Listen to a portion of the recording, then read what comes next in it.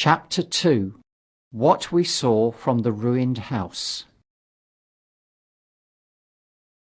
After eating we crept back to the scullery, and there I must have dozed again, for presently, when I looked round, I was alone.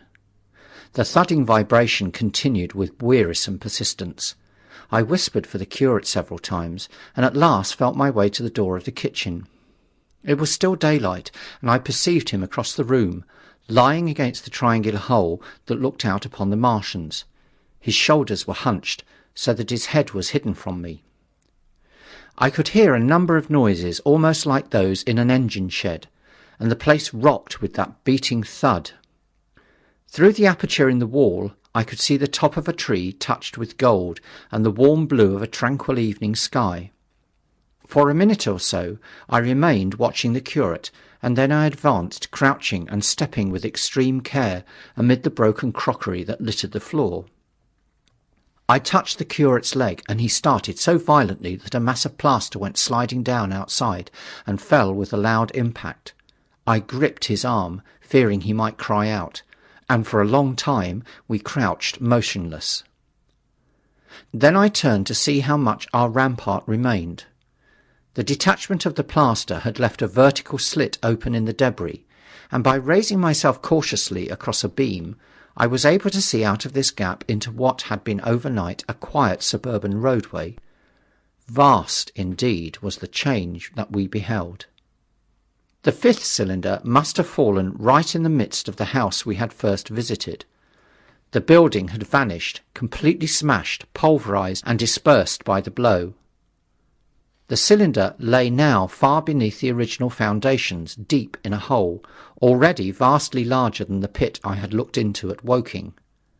The earth all round it had splashed under that tremendous impact, splashed is the only word, and lay in heaped piles that hid the masses of the adjacent houses.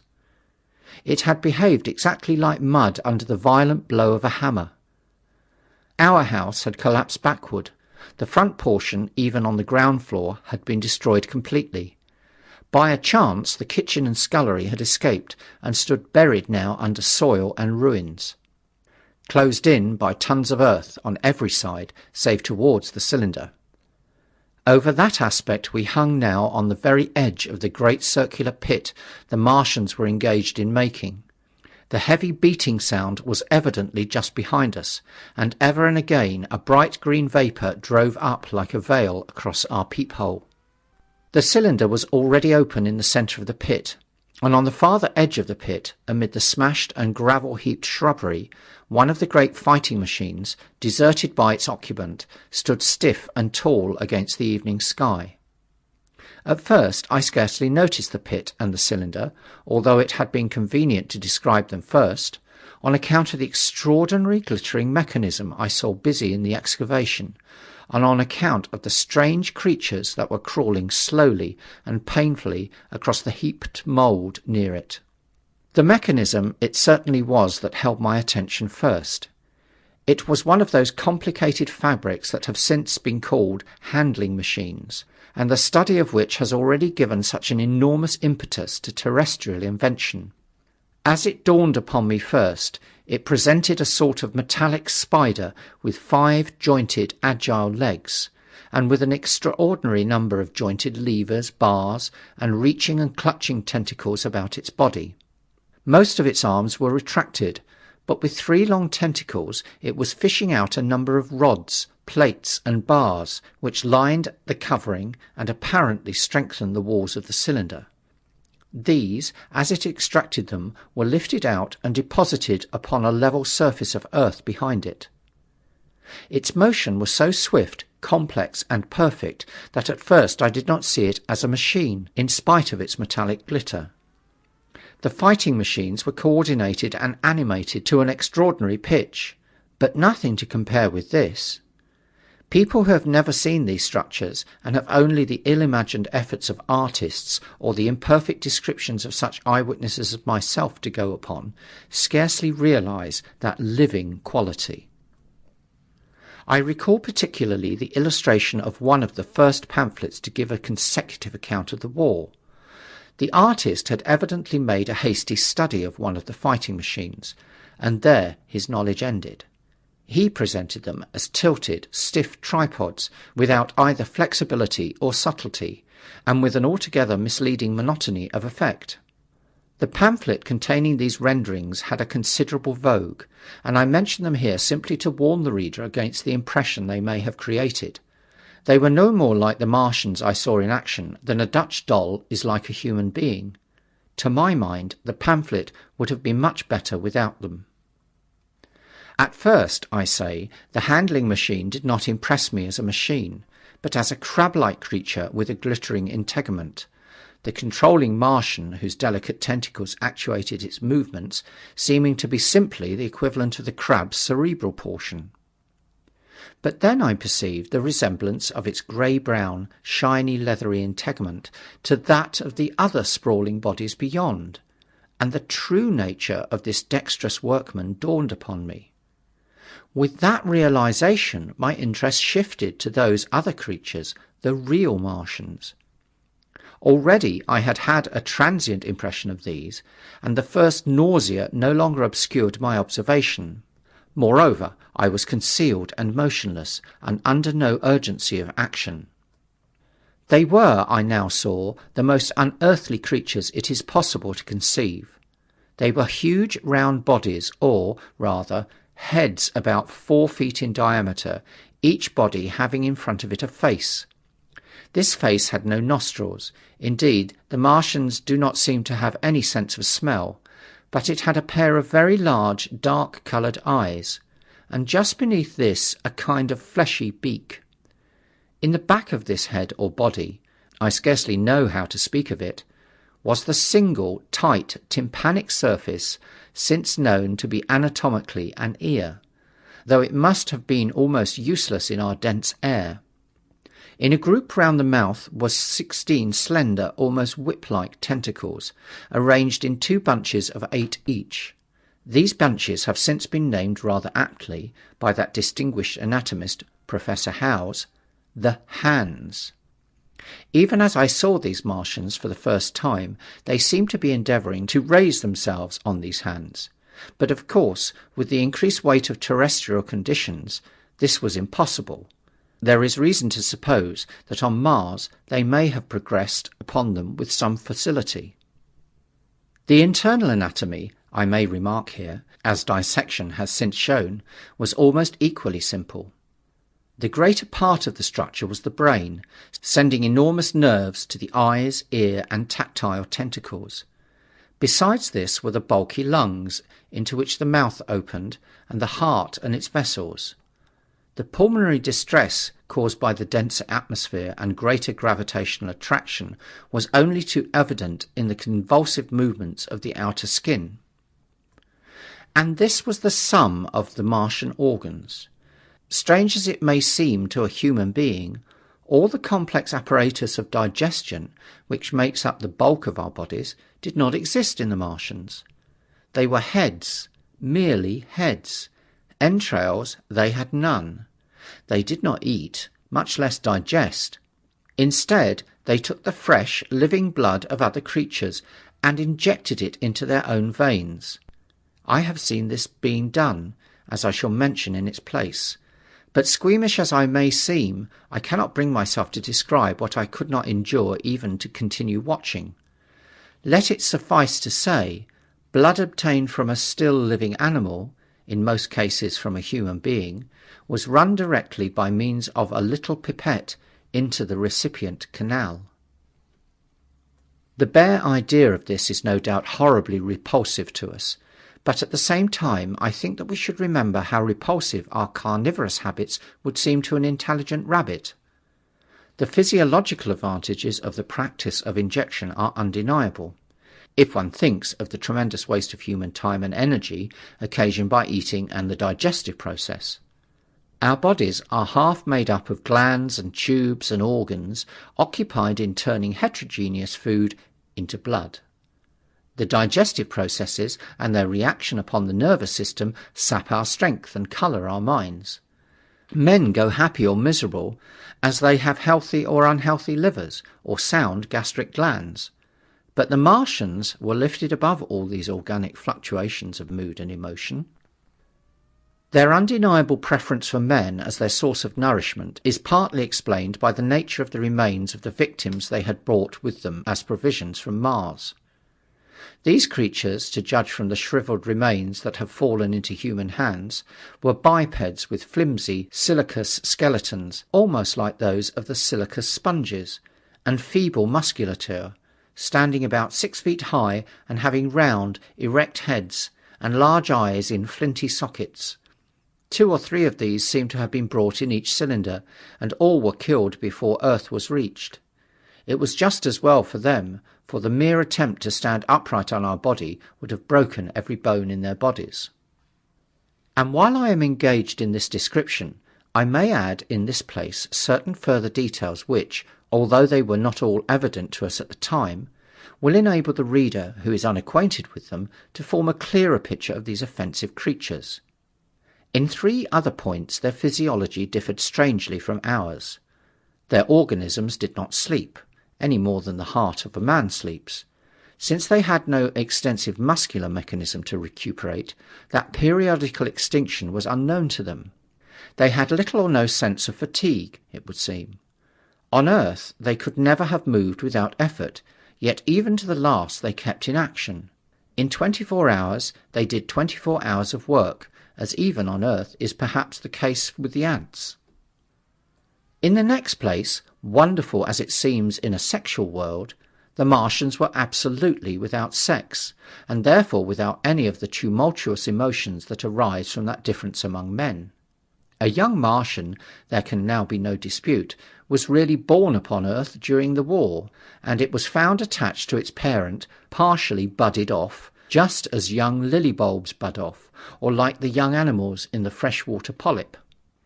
In man, in all the higher terrestrial animals, such a method of increase has disappeared, but even on this earth it was certainly the primitive method.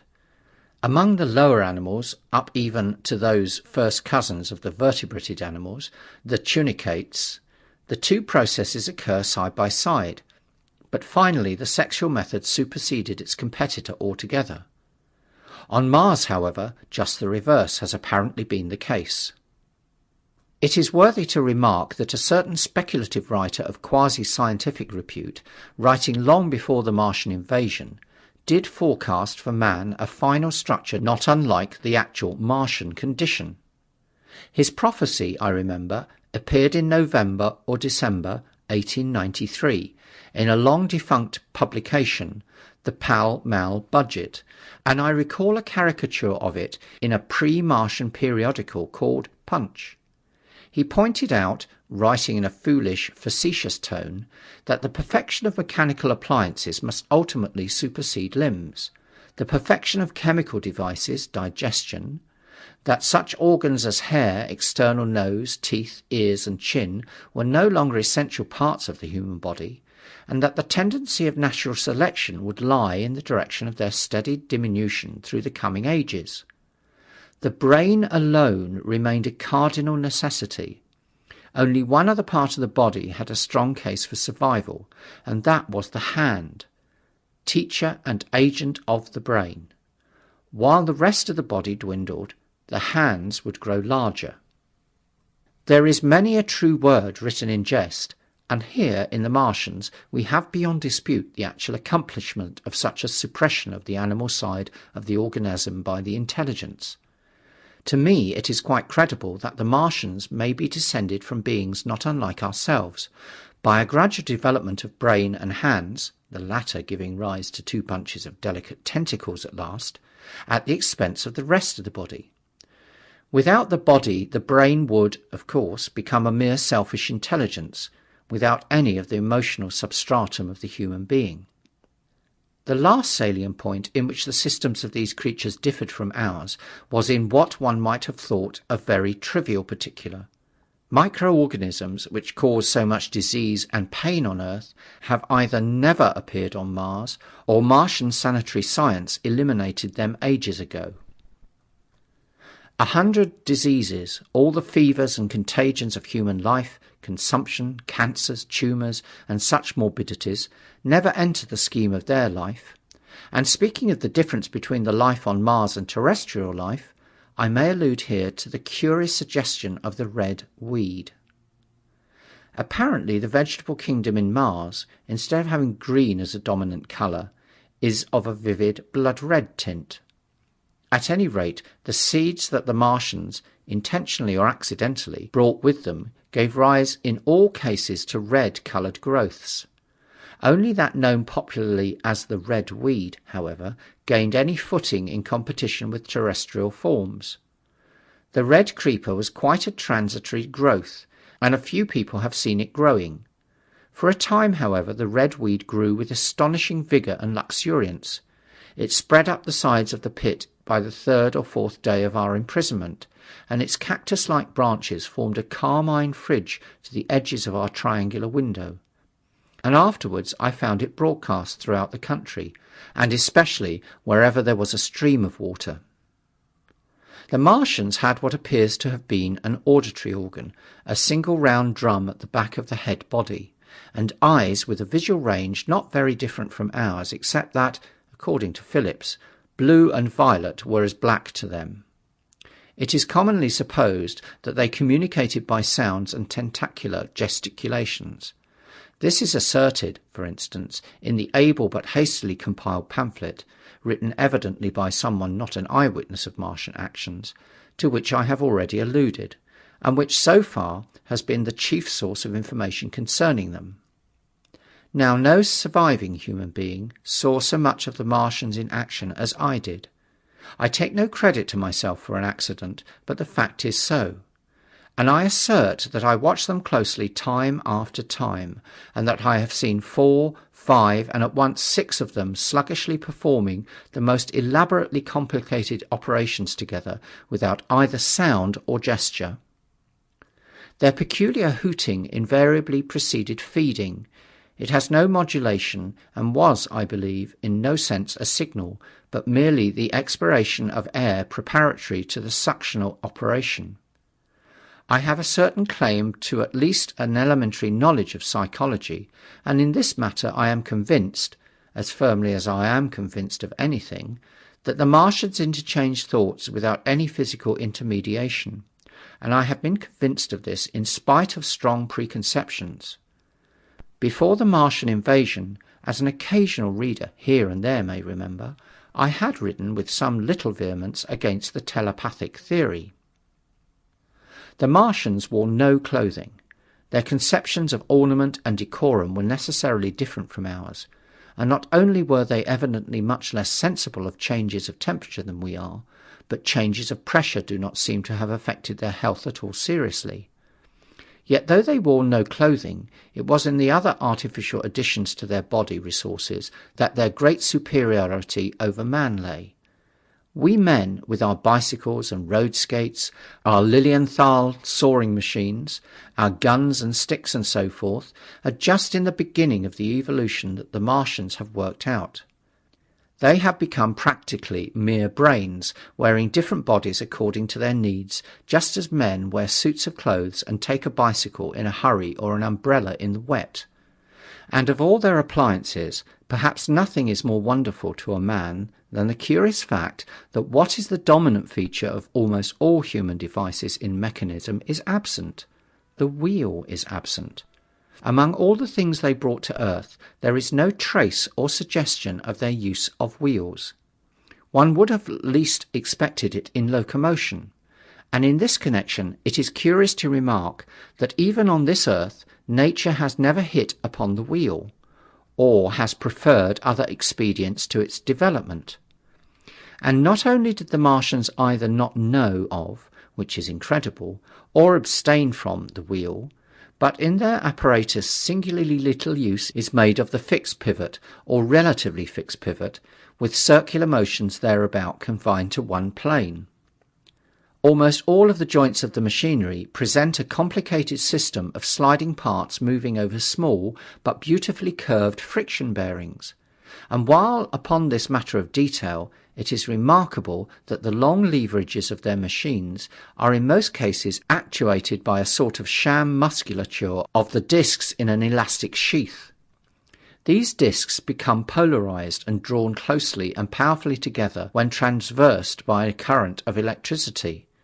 In this way, the curious parallelism to animal motions, which was so striking and disturbing to the human beholder, was attained.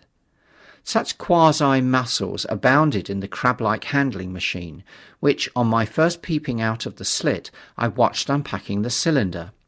It seemed infinitely more alive than the actual Martians lying beyond it in the sunset light, panting, stirring ineffectual tentacles, and moving feebly after their vast journey across space. While I was still watching their sluggish motions in the sunlight, and noting each strange detail of their form, the curate reminded me of his presence by pulling violently at my arm. I turned to a scowling face and silent, eloquent lips. He wanted the slit, which permitted only one of us to peep through, and so I had to forego watching them for a time while he enjoyed that privilege. When I looked again, the busy handling machine had already put together several of the pieces of apparatus it had taken out of the cylinder into a shape having an unmistakable likeness to its own. And down on the left, a busy little digging mechanism had come into view, emitting jets of green vapour and working its way round the pit, excavating and embanking in a methodical and discriminating manner. This it was which had caused the regular beating noise and the rhythmic shocks that had kept our ruinous refuge quivering. It piped and whistled as it worked. So far as I could see, the thing was without a directing Martian at all.